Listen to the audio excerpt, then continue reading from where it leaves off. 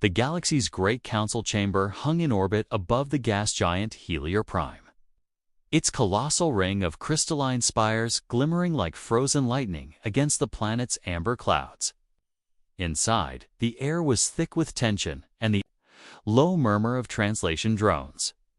Admiral Marcus Valen stood at the edge of the human delegation's platform, his posture measured, his gaze sweeping across the assembly as though studying a battlefield. He was not a man easily rattled, but every instinct told him that today's session was a prelude to something far more dangerous than diplomatic theatrics. Across the circular floor, Counselor Vratek of the Trith Collective rose from his levitating seat, his long-jointed limbs folding in the precise manner of his species when preparing an accusation. His translucent carapace caught the chamber light, giving his expression an almost sanctimonious glow. Esteemed council members, his translator purred in 20 languages. Humanity's sudden reluctance to share military data is most concerning. In light of recent border skirmishes, we must consider the possibility that they are concealing developments which may upset the balance of power. The hum of conversation sharpened, spikes of suspicion cutting through the chamber. Valen did not flinch. He knew the accusations were calculated, designed to plant seeds of mistrust. The Trith had long viewed humans as an unpredictable variable capable, adaptable, but ultimately constrained by their relative youth among the stars. That perception had served humanity well. Until now, the United Terran Confederacy has met all treaty obligations, Valen replied, his voice a measured current of steel and restraint. We have deployed ships to the front, contributed resources to stabilization zones, and adhered to every weapons accord ratified by this council. If our operational details remain classified, it is to safeguard our citizens from the very threats this body is sworn to deter. Vratek's mandibles clicked in quiet disapproval. But before he could speak again, the Chancellor of the Council interjected with a perfunctory call for order. The debate moved on to supply chain allocations, but Valen's mind lingered. On the accusation, he could almost feel the diplomat's gaze on him, a slow, calculating dissection. Later, aboard the human diplomatic vessel Solace, Valen retired to his quarters and opened a secure link. The face of Chief Engineer Rourke Halden filled the holodisplay. Rourke's broad shoulders and weathered features spoke of decades in shipyards. The kind of man who measured his life in projects completed and deadlines beaten into submission. There, sniffing around again, Valen said without preamble. "They've been sniffing for years," Rourke replied, his voice carrying the gravelly rasp of a man too busy for politics. "Difference is, we're closer to finishing now. That makes em nervous." "How close?" "Close enough. I don't like talking about it over a line, even a secure one. We've got hull reinforcement on the Atlas at 98%. Goliath and Hyperion are behind schedule thanks to that micrometeor swarm, but the nanoforges are compensating." Valen's eyes narrowed slightly, and the relocation plan still set. "When we move them deeper into the Oort shadow, nobody's finding them without tripping over our early warning nets." Valen nodded once. The project was humanity's greatest gambled decades of silent labor hidden beyond the reach of curious eyes. If it was discovered before completion, everything could unravel. The galaxy believed Earth had modest fleets and outdated dreadnoughts. They could never suspect the truth. A chime from his console signaled an incoming priority transmission. It was Captain Elias Dorn, his most trusted reconnaissance officer. Dorn's voice carried a clipped urgency. "Admiral, we intercepted a probe near Neptune's outer orbit. Trith markings, stealth profile optimized for long-range telemetry. We destroyed it before it could transmit, but its vector suggests it wasn't alone. Wreckage. Nothing usable. Self-immolation protocols. But I'd wager Vratek gets a report from someone before week's end." Valen exhaled through his nose, the sound almost a growl. "Good work. Stay out there." A few more days and sweep for anything else they've left behind. Understood. Dorn out. When the channel closed, Valen returned to the viewport. Beyond the reinforced glass, Helior Prime's swirling atmosphere rolled endlessly below. The galaxy thought of humanity as a promising but minor participant. In its grand design, capable in a fight, but no more dangerous than any other middleweight civilization. They had no idea that, far from the glow of any star, planet-sized shadows were taking shape in the dark. 2 days later, in the secure meeting hall of the Council, Vraytek made his move. He approached the Carven delegation warriors, whose culture was steeped in conquest and whispered terms of mutual benefit. The Carven had little love for humans and far less patience for subtlety. Their intelligence agents were efficient and ruthless. Within the hour, one of them had departed the station with encrypted coordinates bought from a Trith intermediary. Those coordinates pointed to a sector the galaxy considered barren, just another patch of emptiness beyond the outer planets of Sol, but to Valen and Rourke, it was the most heavily guarded secret humanity had ever kept. Back in the Nyx-Arayan asteroid field that was anything but dead, Rourke moved among the construction gantries, boots ringing against alloy plates, still warm from fusion welders. Around him, an army of drones wove kilometer-long strands of armor plating into the skeletal curves of something that dwarfed any warship the galaxy had ever seen. He paused beside a viewport in one of the engineering spires, gazing at the Atlas' half-complete form. Even unfinished, it blotted out stars. His comms officer's voice broke his reverie. Sir, long-range scanners picked up a faint drive signature at the outer edge. Could be nothing, could be someone watching. Log it, Rourke said, his jaw tightening, and increase the decoy field. If someone's sniffing, I want them chasing shadows until they lose interest. But he knew interest wasn't something the galaxy lost easily, especially when the prey was humanity, far away. In a dim chamber aboard a Carven stealth frigate, an alien operative studied the faint outline of colossal structures orbiting. In perfect silence, his mandibles twitched with something that might have been disbelief for fear. The transmission queue filled with compressed images and data streams.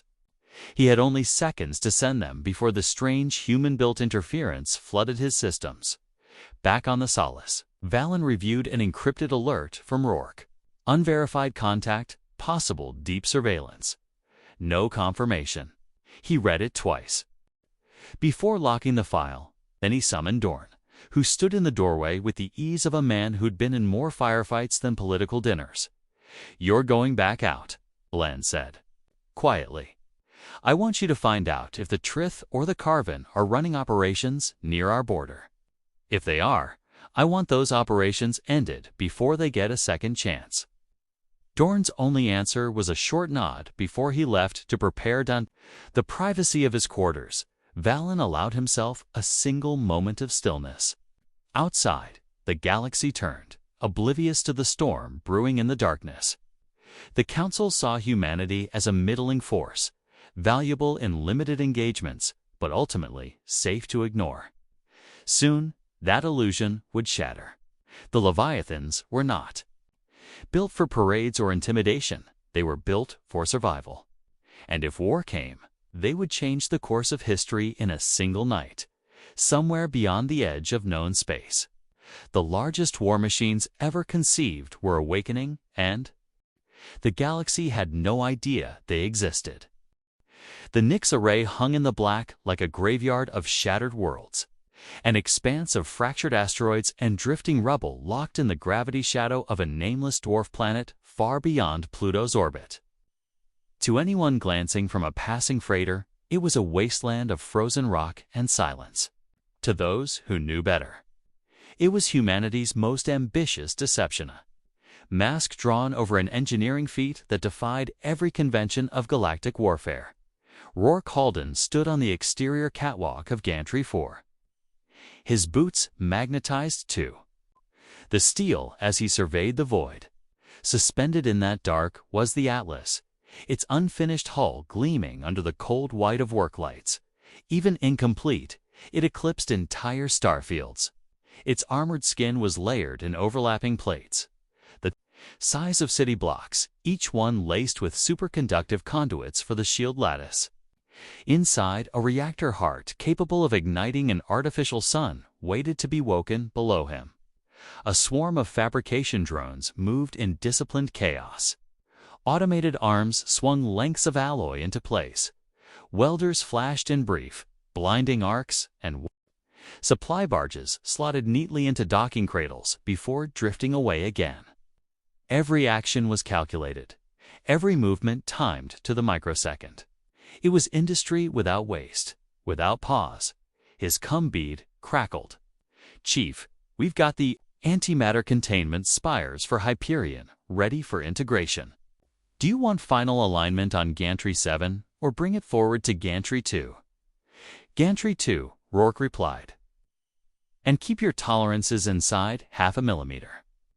We don't want to spend 3 days undoing sloppy work when the power tests. Start? Understood. He cut the link, glancing across the void toward the second and third Titans. Hyperion's skeletal frame stretched across a cradle 3 kilometers wide, its internal decks open to the stars. While Goliath, furthest from completion, was little more than a colossal spine with fusion coils locked along its length. Even so, each vessel radiated the quiet menace of a predator waiting to strike in the array's central command hub. Admiral Valen materialized in the holochamber, the hard lines of his uniform immaculate, even in projection. "Status report," he said, without ceremony. Rourke keyed in a sequence, bringing up a 3-dimensional model of the array's operations. Atlas hull platings at 98%. Internal systems are 70%. We're cycling the shield lattice for stress tests in 3 days. Hyperion's antimatter spires are in place. Once the core is stable, we'll move on to weapon integration. Goliath. Well, we're making up for the micrometeor damage, but she's still 3 weeks behind the others. 3 weeks we may not have, Valen said, his tone flat. Intelligence confirms the Carven fleet has been redeploying along the periphery, more movement than usual. And they're not hiding it. That means they want us to notice, Rourke muttered. Could be bait, could be Valen allowed, but the Trith have been increasing their probe activity as well. Captain Dorn's last sweep destroyed 2 more recon drones, both heavily encrypted, both transmitting before destruction. The Council will hear about this before the week is out. Rourke's mouth tightened. If they get close enough to see this, he didn't finish. They both knew the consequence. The moment any alien power laid eyes on a Leviathan before, humanity was ready to unleash them. The galaxy would unite not to praise, but to destroy the threat before it could grow. A proximity alarm flared. One of the array's perimeter satellites had pinged an unidentified drive signature threading through the asteroid belt. Valen's gaze sharpened. Bring it up. A sensor feed displayed a faint silhouette, low emission, hugging the mass. Shadows of drifting rock. It wasn't broadcasting an IFF code. Stealth profile matches Trith military class, Rourke said. They're either confident or desperate, or both, Valen said. Do not engage unless they breach the exclusion zone. Deploy decoys and make sure they're chasing ghosts until they starve for fuel. While Rourke relayed the orders, the unknown contact continued its slow approach, weaving through the rocks like a patient predator. On the far side of the array, Captain Dorn piloted his recon craft in a lazy arc, eyes scanning the sensor overlays. His ship was painted with a reflective composite that scattered most active scans, making it a whisper in the void. He keyed his cum. Control, I've got the contact on passive. Confirm Trith drive signature. They're gathering telemetry, but they haven't tagged the main site yet. I can remove the problem. Valen's voice cut in. Negative, Dorn. We can't afford to leave debris that leads back here. Shadow them. If they get too close, Nudge them somewhere they won't come back from. Dorn smiled faintly. Understood. For 3 hours, he trailed the intruder, keeping just inside their sensor blind spots. When the opportunity came, a drifting ice mass the size of a battleship tumbling into their vector, he adjusted his ship's gravelin's emitters. The ice spun faster, shifted course just enough to cross the stealth ship's trajectory. The impact was silent, a white blossom of vapor and debris drifting apart in slow motion. Back in the command hub, Rourke let out the breath he'd been holding. Contact lost. No transmissions detected. Log it as navigation error, Valen said, and double the perimeter sweeps. Despite the clean resolution, the intrusion gnawed at him. If the Trith were bold enough to send manned recon into the Oort shadows, they were either working with the Carven or preparing their own contingency for humanity's rise. Neither option was acceptable. Later, in the array's observation dome, Valen stood with Rourke, the two men watching Atlas rotate slowly in its cradle. "They'll come again," Rourke said.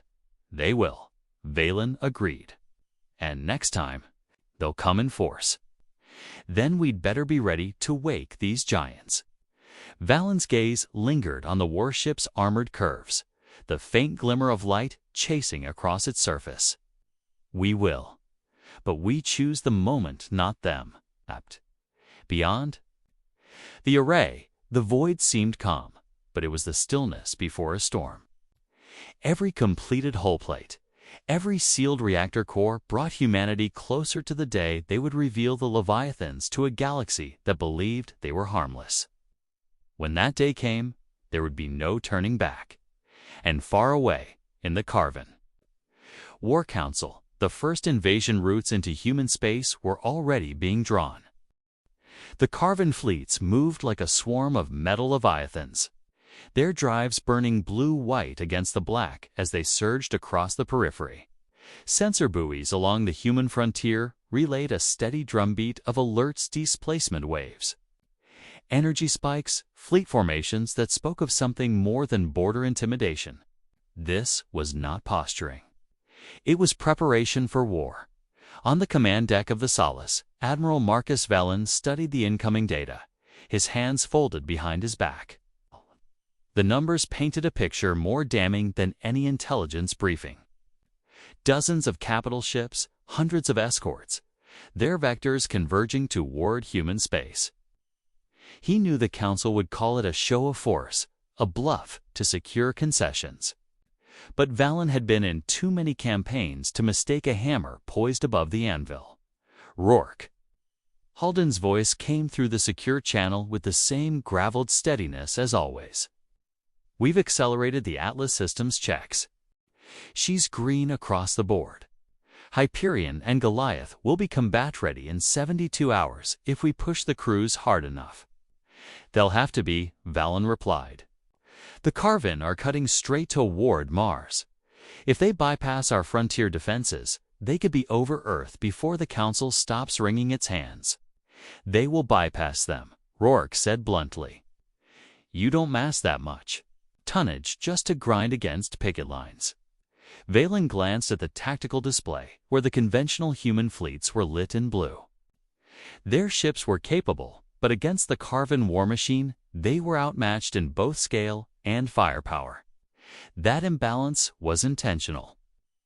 For decades, humanity had kept its true strength buried in the dark, presenting itself as a competent but unthreatening participant in galactic politics.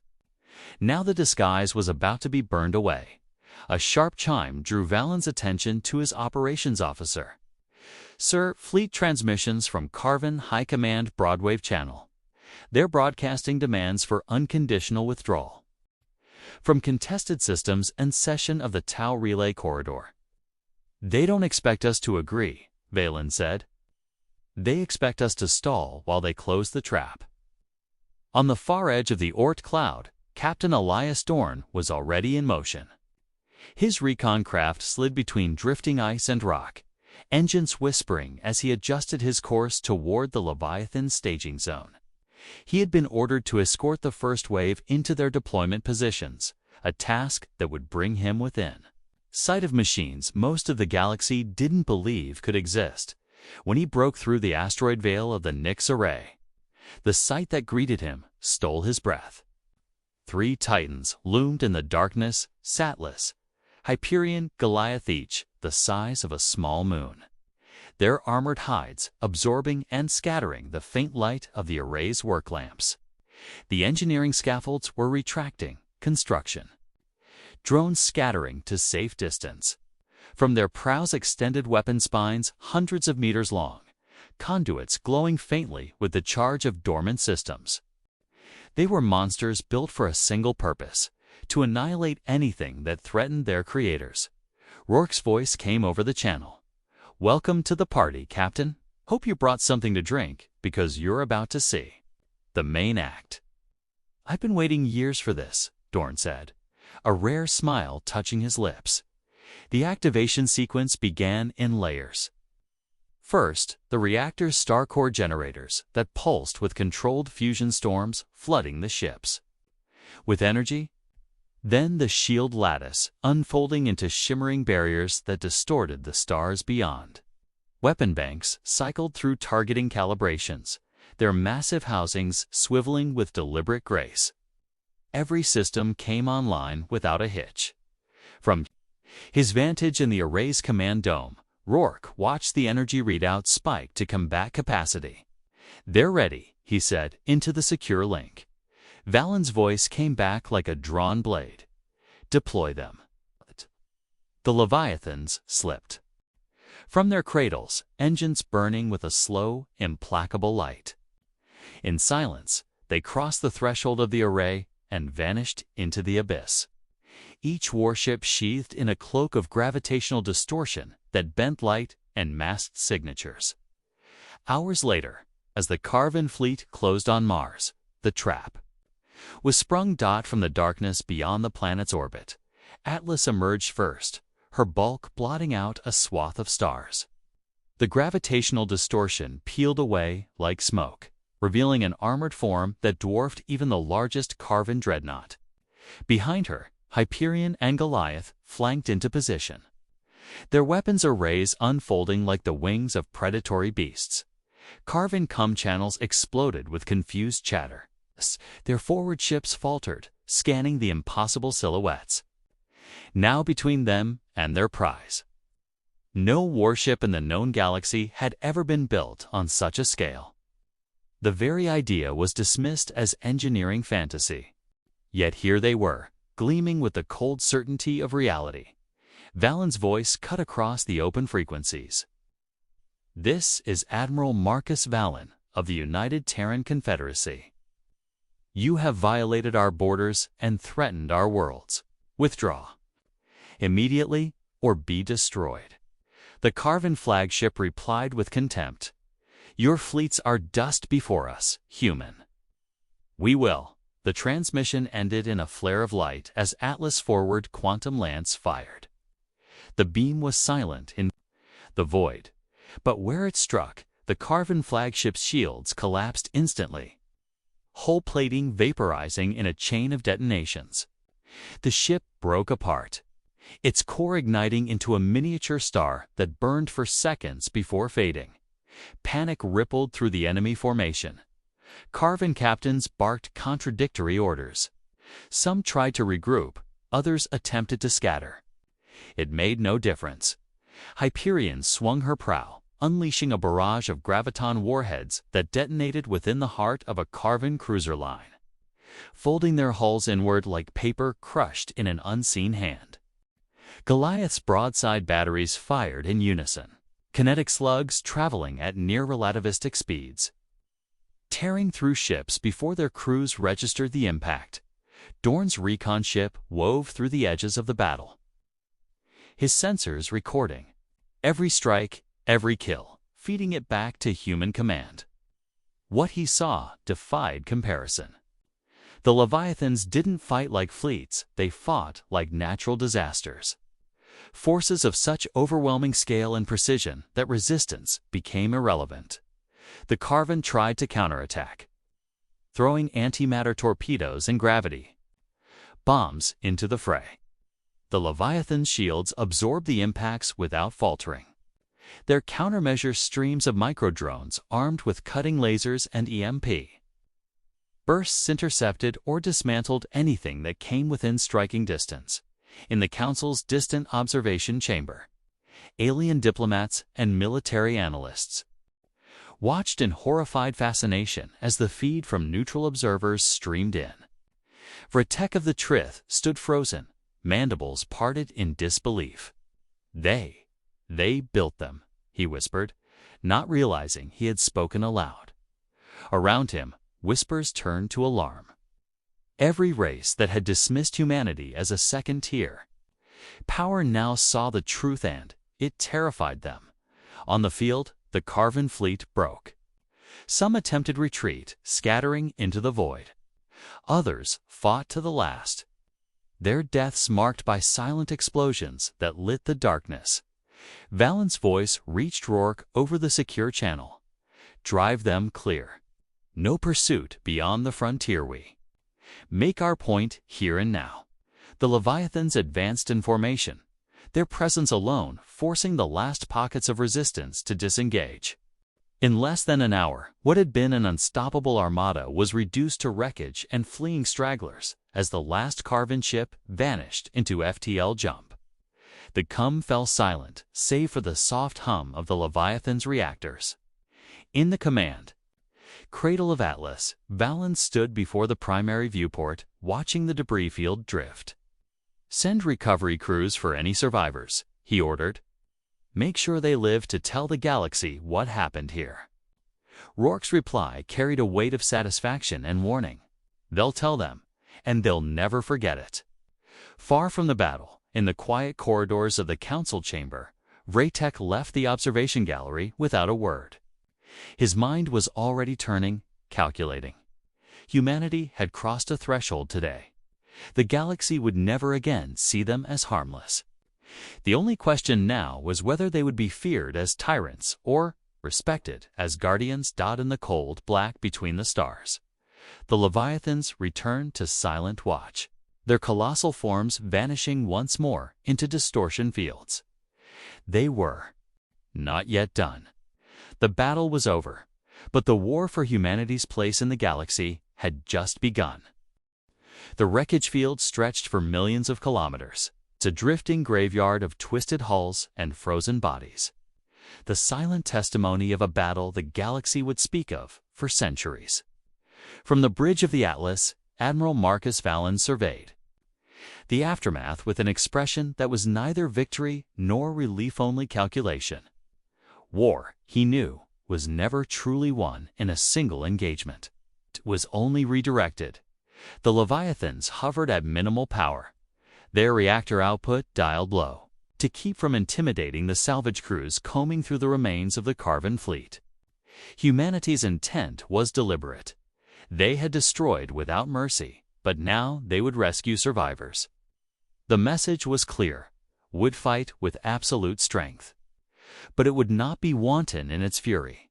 Rourke Halden appeared beside Valen, the faint tang of metal still clinging to his uniform from the array's engineering bays. His voice was low, but steady. "We've recovered 300 Carven.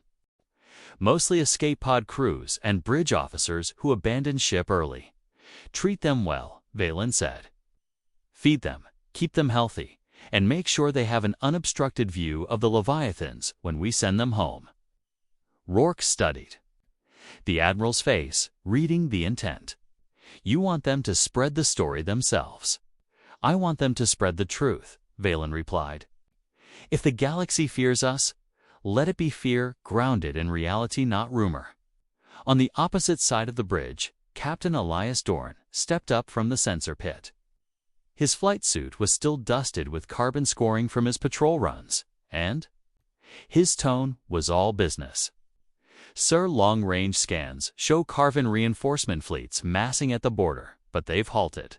Looks like they're waiting for orders." "They'll be waiting for more than orders," Valen said. "They'll be waiting to see what their emperor decides now that we can reach his homeworld if we choose." Hours later, that choice presented itself.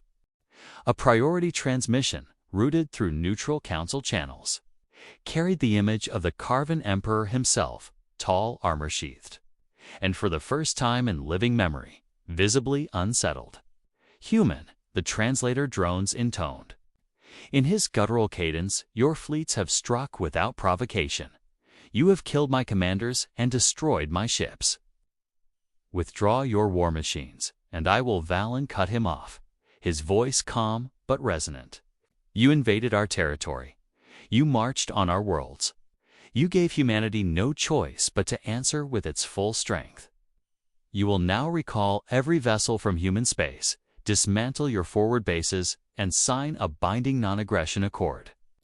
In return, we will not bring the Leviathans to your homeworld and end your reign in a single day. The Emperor's gaze hardened, but there was calculation behind the fury. He said nothing for several seconds, as though measuring the threat and finding no flaw in it. You will have my answer within the cycle, he said at last, and the transmission ended. In the observation lounge, Valen stood alone at the broad viewport, the stars drifting slowly beyond. Dorn joined him, his presence quiet but deliberate. You think he'll agree? He'll agree, Valen said, without turning. Because he knows I'm not bluffing. And because even if he thought we were vulnerable, he's now wondering. How many more of these ships we've built? Rourke entered then, carrying a datapad filled with array status reports. Goliath needs 3 days of refit before she's at full capacity again. Minor hull breaches, nothing critical. Hyperion is pristine. Atlas energy relays are running hot from the Lance discharge, but engineering's already cycling replacements. Good, Valen said. I want all 3 ready for deployment again before the ink dries on any treaty. While the Leviathans underwent quiet maintenance, the political storm they had unleashed raged across the galaxy. In the council chambers, ambassadors argued over the implications of humanity's sudden leap in military capability. Some demanded oversight, inspections, even sanctions. Others, particularly those under constant threat from the Carven or similar aggressors, began lobbying for formal alliances with Earth. Raytek of the Trith was among the first to request a private audience with Valen. When the meeting came, it was aboard the Atlas, in a conference room overlooking the armored flanks of the warship itself.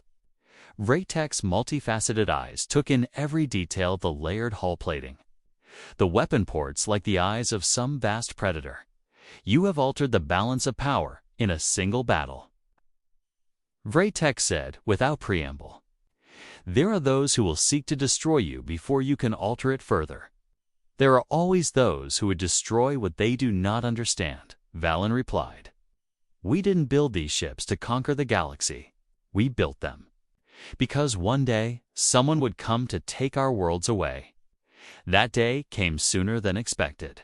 Raytek's mandibles clicked softly. Perhaps? But know this, human power is a current. It pulls you whether you swim with it or against it. One day, the Leviathans may answer to someone other than you. Not while I breathe, Valen said, and the Trith diplomat studied him for a long moment before inclining his head in something like respect. When the Carven Emperor's answer came, it was as Valen predicted. Full withdrawal, dismantlement of forward bases, and the signing of a 20-year non-aggression pact.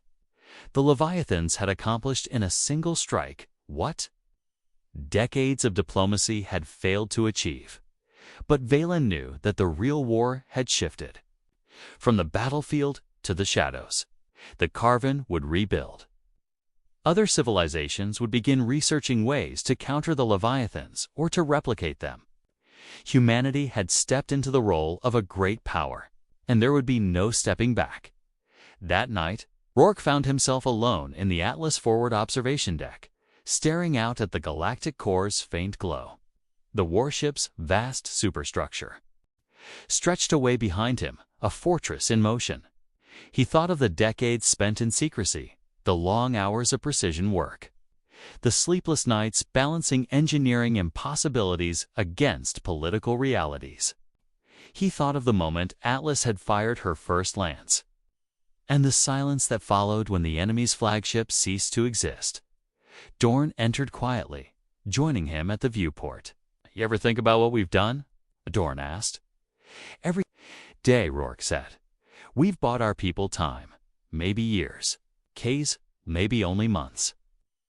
But we've shown the galaxy that if they want to take what's ours, they'll have to pay in blood and steel they can't afford to lose. Do you think? We'll have to fire them again." Rourke looked at him, his expression grim but resolute. "I think the galaxy's a dangerous place. And I think we just told every predator in it that humanity bites back. Hard." The following morning, Valen addressed the galaxy through a secure council broadcast. The feed carried his image to every inhabited world, his words deliberate, steady, impossible to ignore. "We do not seek war. But if war is brought to our doors, we will end it quickly, decisively, and without hesitation. The Leviathans are not tools of conquest, they are guardians. But let it be known, if you bring destruction to humanity, the Leviathans will answer." The transmission ended, and in 1,000 languages across 1,000 worlds, debates erupted. Some heard a promise of protection. Others heard a threat. But no one doubted the reality of what they had seen. In the silent dark beyond the Oort cloud, the 3 Leviathans drifted once more in watchful formation. Their massive forms were dark now, weapon systems idle, engines cold, yet their presence filled the void with an unspoken warning. They had come into the light for a single day, reshaped the galaxy's balance, and then returned to the shadows. Valen stood on the Atlas Bridge as the stars wheeled slowly past, the low hum of the ship's heart beneath his boots. For now, there was peace. Fragile, temporary, but peace nonetheless. He knew it would not last. It never did. But when the next threat came, whether in years or decades, humanity would be ready. The Leviathans would wake again.